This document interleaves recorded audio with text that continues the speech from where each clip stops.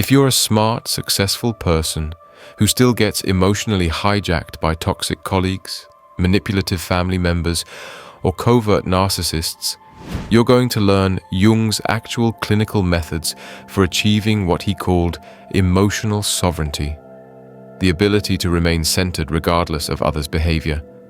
Because without this, your intelligence becomes a liability that manipulators exploit, and your sensitivity becomes a weapon others use against you. You end up in that exhausting cycle where you can analyze the manipulation perfectly, but you still feel that knot in your stomach when they send that passive-aggressive email. You still lose sleep replaying conversations with your difficult boss. You still feel drained after family gatherings where everyone expects you to manage their emotions. Here's what most people misunderstand about emotional sovereignty.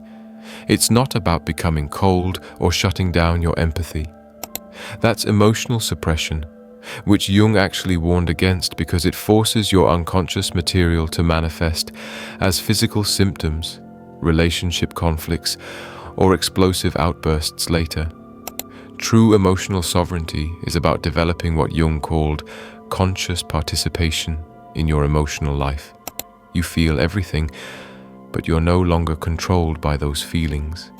You can engage deeply with others without losing yourself in their chaos. I'm going to reveal Jung's evidence-based framework that his most psychologically advanced patients used to achieve this level of emotional freedom. This isn't theory.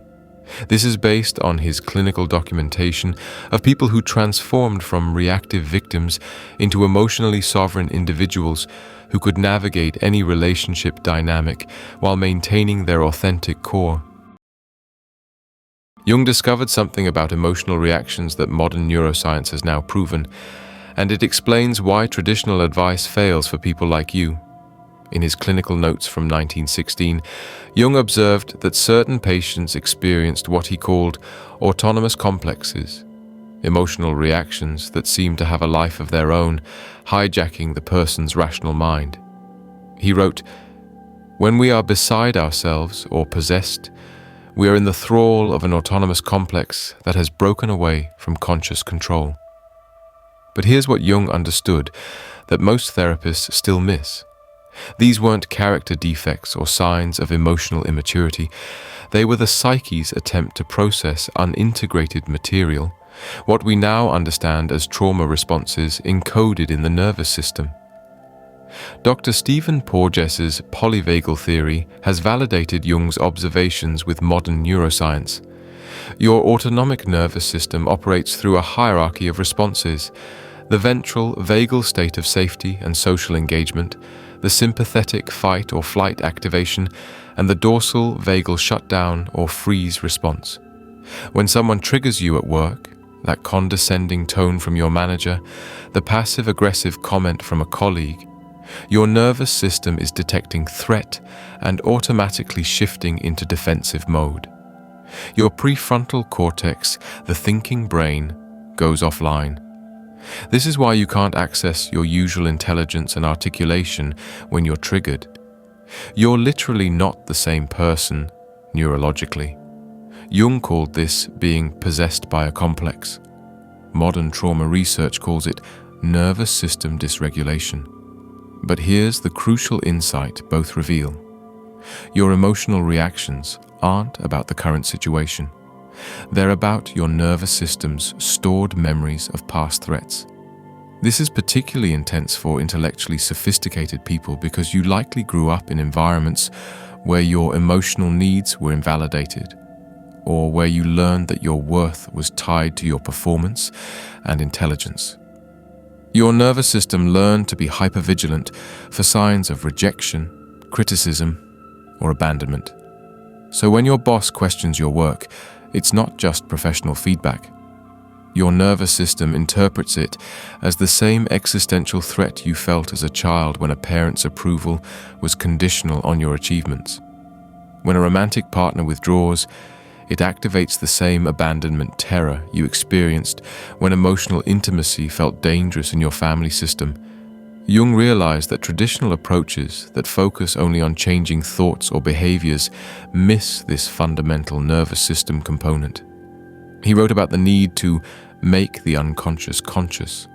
But what he was really describing is the process of bringing these automatic nervous system responses into conscious awareness.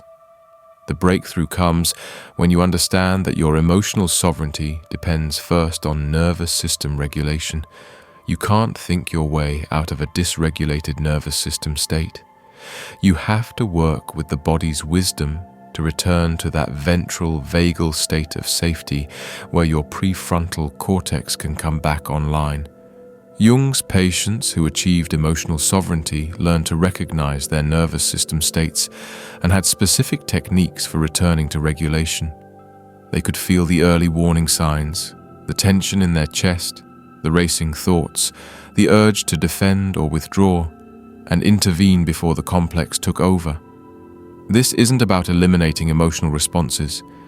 Jung was clear that emotions contain essential information about our inner world and our relationships. The goal is developing what he called conscious suffering, the ability to feel intense emotions without being overwhelmed by them, to let them inform you without controlling you. Your emotional reactions aren't character flaws, they're nervous system responses to unhealed wounds, and Jung knew exactly how to work with them. But first, you need to understand how workplace manipulators specifically exploit this nervous system vulnerability. There's a specific type of workplace manipulation that targets high achievers, and Jung's patient files reveal the exact pattern. Jung documented a case in 1923 of a brilliant engineer, let's call him Wilhelm, who came to therapy not because he was failing professionally, but because he was being systematically undermined by a colleague despite consistently excellent work. Wilhelm couldn't understand why he felt anxious and second-guessed himself around this person, even though he could rationally see the manipulation happening. Jung realized Wilhelm was dealing with what we now recognize as covert narcissistic abuse in a professional setting. The colleague would make subtle digs disguised as helpful feedback, take credit for Wilhelm's ideas in meetings, then privately praise Wilhelm's work to maintain the relationship. This created what Jung called psychological confusion. Wilhelm's rational mind knew something was wrong, but his nervous system was being systematically destabilized. Here's the key insight from Jung's notes. Professional manipulators specifically target your competence and integrity because these are your psychological foundations. They know that high achievers derive identity and security from doing excellent work and being ethical people. So they attack these core strengths indirectly. Modern research on workplace psychological abuse confirms Jung's observations. Dr. Gary Namey's studies show that 72% of workplace bullies target employees who are more technically skilled than themselves. They use what researchers call organizational gaslighting, systematically undermining their target's confidence while maintaining plausible deniability. The pattern works like this. First, they establish themselves as allies, often praising your work and expressing concern for your well-being. This creates what trauma therapists call trauma bonding. You become psychologically dependent on their approval because they've positioned themselves as your supporter in a hostile environment. Then comes the destabilization phase. They'll question your judgment in meetings using concerned language. I'm just wondering if Wilhelm considered the client's budget constraints. This plants seeds of doubt while appearing constructive. They'll exclude you from important communications, then express surprise that you weren't included. They'll offer unsolicited advice that subtly implies you're not handling things well. Jung observed that Wilhelm would leave these interactions feeling confused and depleted, but couldn't pinpoint exactly what had happened. This is because covert manipulation operates below the threshold of conscious detection. It triggers your nervous system's threat response without providing clear evidence to your rational mind. The most insidious part is how they exploit your emotional intelligence against you. Because you're psychologically aware, you try to understand their behavior, make excuses for them, and assume good intentions. You think, maybe they're just stressed, or perhaps I'm being oversensitive. This is exactly what they're counting on. Jung's breakthrough was recognizing that Wilhelm needed to stop trying to solve the puzzle of his colleagues' behavior and instead focus on protecting his own psychological boundaries. He wrote, "The neurotic tries to understand the incomprehensible. The individuated person accepts the incomprehensible and protects themselves accordingly." Wilhelm learned what Jung called strategic emotional withdrawal, not becoming cold or unprofessional, but simply refusing to engage emotionally with someone who had demonstrated bad faith. Instead of trying to win his colleagues' approval or change his behavior, Wilhelm focused on documenting interactions, maintaining professional boundaries, and finding validation from more trustworthy sources. But Jung realized the workplace context created unique challenges because Wilhelm couldn't simply avoid his colleague. He had to develop what Jung termed conscious participation in unconscious systems. Wilhelm learned to see the office dynamics as a complex system where his colleague's manipulation was just one variable he needed to navigate strategically. Jung realized that professional manipulators use your competence and integrity against you, but he developed a protocol that makes you untouchable. The key is understanding that their behavior isn't about you personally. It's about their own psychological inadequacy being projected outward. When you stop taking their manipulation personally, you can respond strategically rather than reactively. Wilhelm eventually became what Jung called psychologically immune to his colleagues' tactics. He could observe the manipulation without being triggered by it, respond professionally without emotional investment, and maintain his inner equilibrium regardless of his colleague's behavior. The colleague eventually moved on to easier targets because Wilhelm was no longer providing the emotional reaction that fed the manipulation cycle. This workplace immunity didn't make Wilhelm cold or disconnected from his other relationships. If anything, he became more genuinely warm with trustworthy colleagues because he wasn't constantly depleted by trying to manage his manipulative colleagues' emotions and behavior. But Jung discovered that workplace manipulation often mirrors deeper family system patterns that were established much earlier in life. Jung documented how family systems program you to be emotionally available for others' dysregulation and the specific technique that breaks this programming. In Jung's extensive notes on family dynamics, he observed a pattern he called emotional servitude, where sensitive, intelligent children learn that their primary value lies in managing other family members' emotional states. These children become what we now call parentified, taking responsibility for outcomes and feelings that should be handled by adults. Jung treated many patients who, despite professional success, found themselves in a persistent state of anxiety around family members. They would dread holiday gatherings, feel guilty when they couldn't solve family problems, and experience physical symptoms before family phone calls. Jung realized these weren't character weaknesses, but learned survival adaptations that had outlived their usefulness. Consider Jung's patient notes about Anna, a successful physician who would have panic attacks every time her mother called. Anna had grown up as the emotional caretaker for a mother who had undiagnosed anxiety and depression. From childhood, Anna learned that her mother's emotional stability was somehow her responsibility. When Anna succeeded academically or professionally, her mother would either dismiss the achievement or become more emotionally needy, unconsciously punishing Anna for growing beyond the family system. Jung identified this as a form of psychological enslavement, disguised as family loyalty. The family system had trained Anna to believe that setting boundaries was selfish, that her mother's needs came first, and that Anna's own emotional needs were secondary to maintaining family harmony. Modern research on family systems confirms Jung's observations.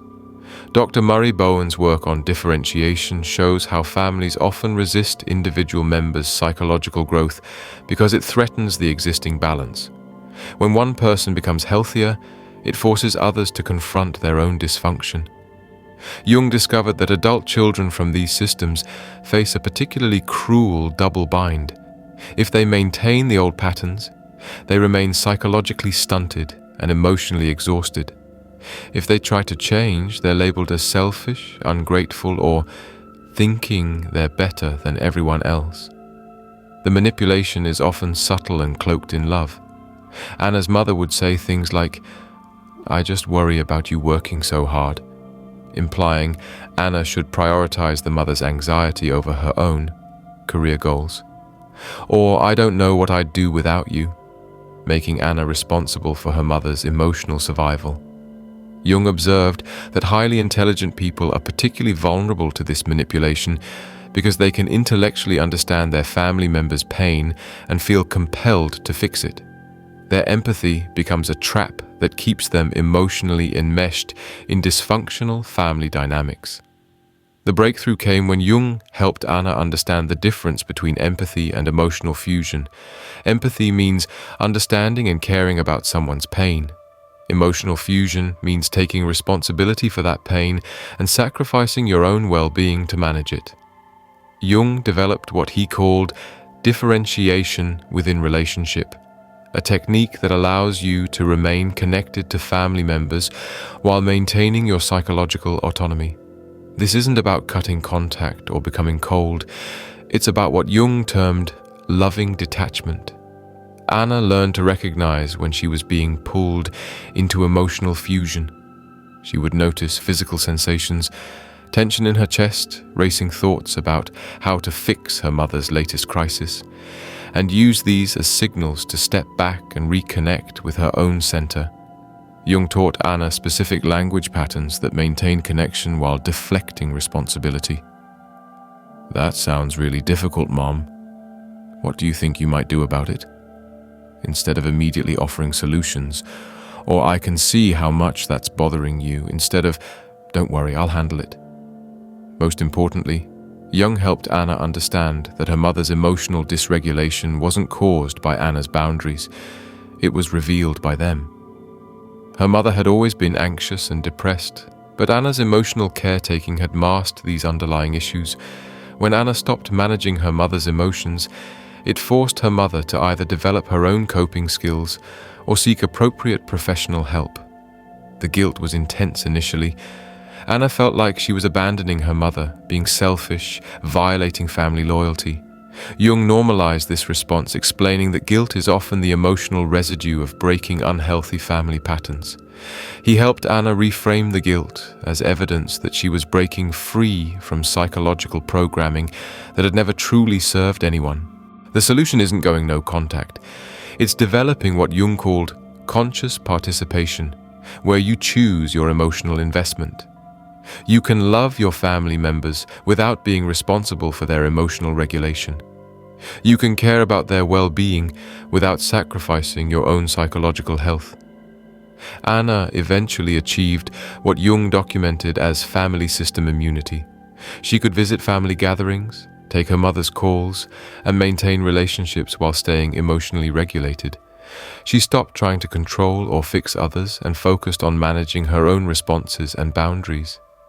But Jung realized that achieving this level of emotional sovereignty required a systematic integration process that most people never complete. Jung developed a three-phase integration process that his most successful patients used to achieve permanent emotional sovereignty.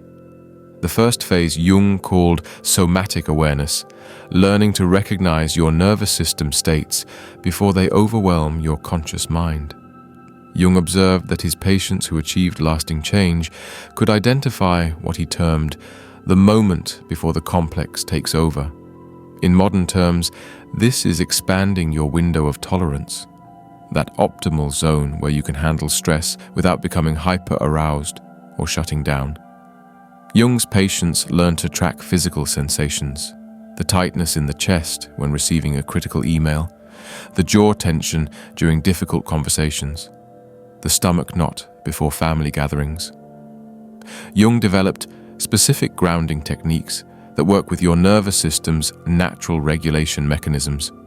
His patients would use what he called conscious breathing, not the shallow breathing exercises you've probably tried, but a technique that activates the vagus nerve to signal safety to your autonomic nervous system. The protocol involves breathing in for 4 counts, holding for 4, exhaling for 6 counts.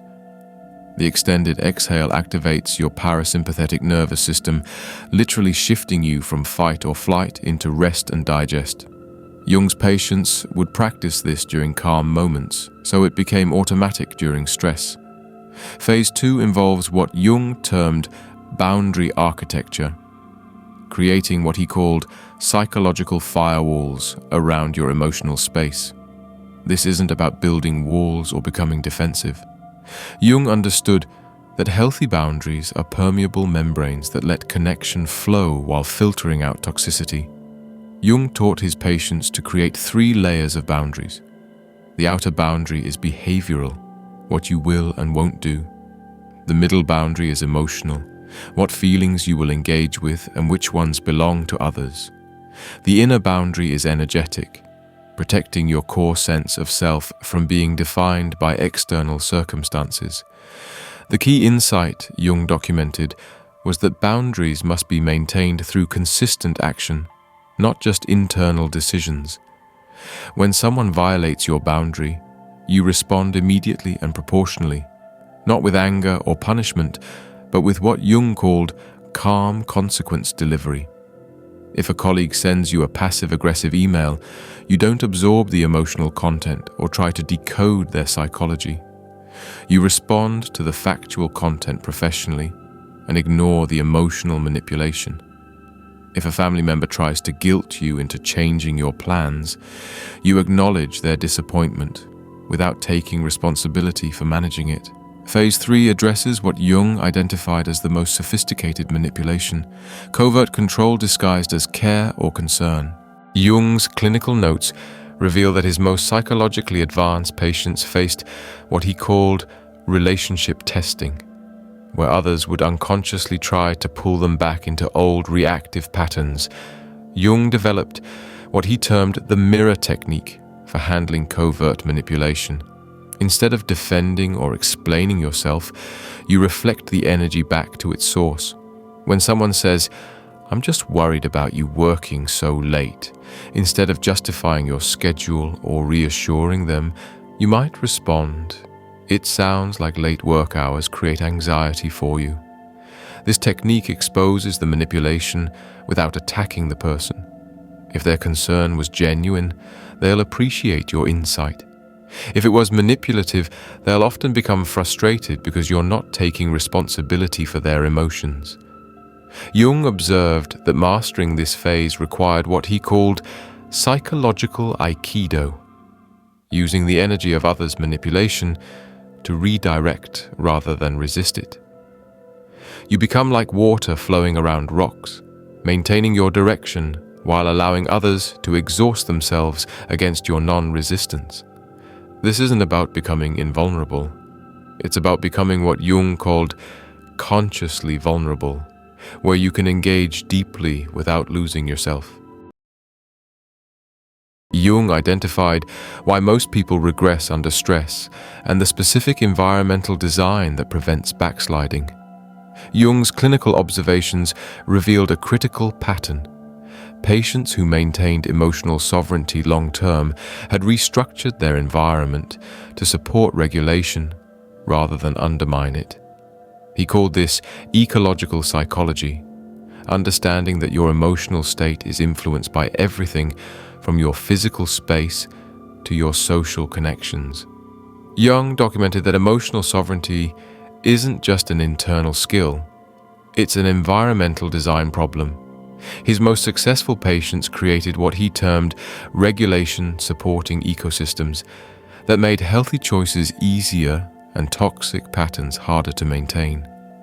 The first element Jung identified was what he called energetic auditing, systematically evaluating which relationships, activities, and environments supported your nervous system regulation versus which ones depleted it. His patients would track their energy levels and emotional states throughout the week, identifying patterns that weren't immediately obvious. Jung discovered that highly sensitive people often underestimate how much environmental factors affect their regulation. The cluttered office space, the negative news consumption, the friend who always vents but never listens, these create what Jung called micro-stresses that accumulate and eventually overwhelm your nervous system's capacity. His patients learned to design their environments for emotional success. This meant creating physical spaces that felt calming, curating social media feeds to reduce comparison and outrage triggers, and establishing routines that supported nervous system regulation rather than dysregulation. Jung particularly emphasized what he called relationship curation, the ongoing process of investing more energy in connections that reciprocate your emotional sophistication while gradually reducing investment in relationships that consistently drain your resources. This doesn't mean abandoning people who are struggling. Jung distinguished between someone going through a temporary crisis who genuinely appreciates your support versus someone who chronically uses your emotional availability without reciprocating or growing. The first deserves your compassion, the second requires boundaries. Jung observed that his patients needed to build what he termed regulation recovery protocols, specific practices for returning to emotional equilibrium after challenging interactions. This might include taking a brief walk after difficult meetings, calling a trusted friend after family gatherings, or having a specific wind-down routine after stressful days. The most crucial element Jung identified was developing what he called sovereignty accountability, ongoing relationships with people who could witness your growth and gently call attention when you were slipping into old patterns. These weren't therapy relationships, but friendships or mentorships with people who understood the level of consciousness you were cultivating. Jung's patients would meet regularly with these accountability partners, sharing both victories and struggles in maintaining emotional sovereignty. Having witnesses to your growth creates external motivation during moments when internal motivation falters. Jung realized that emotional sovereignty requires what he called conscious maintenance, regular practices that strengthen your capacity rather than just responding to crises. His patients developed daily practices, morning intention setting, evening reflection, weekly relationship evaluation, monthly environmental auditing. Jung discovered that emotional sovereignty isn't a destination. It's a dynamic skill that gets stronger with conscious practice. The goal isn't perfection, but what Jung termed conscious imperfection, the ability to notice when you've been triggered, return to regulation quickly, and learn from each experience without self-judgment. His most successful patients understood that maintaining emotional sovereignty was like physical fitness. It required consistent attention and gradually increased capacity over time. They celebrated small victories and treated setbacks as information rather than failures. Jung's clinical files reveal that people who achieve true emotional sovereignty don't become cold or disconnected. They become more genuinely warm and present because they're no longer defending against invisible threats. Here's what Jung discovered that transforms everything. Emotional sovereignty isn't about building walls around your heart. It's about developing what he called conscious permeability, the ability to let love and connection flow freely while filtering out manipulation and toxicity. Jung's most emotionally sovereign patients could sit with a family member's pain without absorbing it as their responsibility. They could witness a colleague's manipulation without taking it personally. They could feel their own anger or sadness fully without being controlled by those emotions. The transformation Jung documented was profound. These individuals became what he termed emotional alchemists. They could transform any interaction into an opportunity for deeper self-understanding rather than a threat to their equilibrium. They stopped trying to control other people's behavior and focused entirely on mastering their own responses. This paradoxically gave them more influence in relationships because people began to respect their boundaries and seek out their calm presence during crises. Most importantly, Jung observed that emotional sovereignty freed his patients to love without losing themselves, lead without burning out, and maintain their authentic nature in any environment. They could be vulnerable with safe people and boundaried with unsafe ones. They could engage in conflict when necessary and withdraw when prudent. Jung wrote in his private notes that these patients had achieved something rare: the capacity to remain themselves regardless of external circumstances. They had internalized what Jung called unshakable inner authority, not arrogance or superiority, but deep self-knowledge that couldn't be destabilized by others' opinions or behaviors. This is emotional sovereignty, not the absence of feeling, but the presence of choice in how you respond to what you feel. Now that you understand Jung's framework for emotional sovereignty, the next challenge is dealing with the people who will test your new boundaries. In my next video, I reveal Jung's most disturbing discovery about how unconscious people react when you stop being emotionally available for their dysregulation, and the advanced techniques for handling their psychological backlash. You'll learn exactly what to expect when family members, colleagues, and friends realize they can no longer manipulate your emotions, and the specific responses that maintain your sovereignty without destroying relationships.